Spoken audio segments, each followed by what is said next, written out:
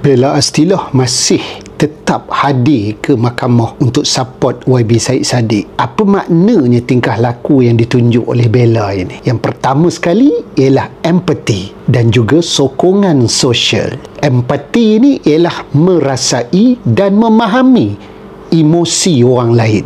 Bayangkanlah bagaimana agaknya emosi YB Syed Saddiq, tapi dengan kehadiran Bella ini, bukti bahawa elemen empati itu ada dan juga sokongan sosial itu sendiri terserlah. Dan Bella dia tidak menagih apa-apa.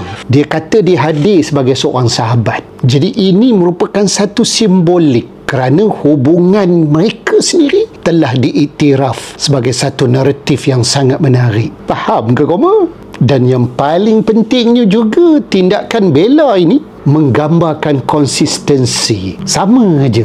Kalau dulu pun dia hadir, sekarang pun dia hadir. Konsisten. Kalau dari sudut persahabatan pun, orang yang tunjuk sifat konsisten ini adalah seorang sahabat yang sejati. Adakah kita ni dikelilingi oleh orang-orang yang konsisten?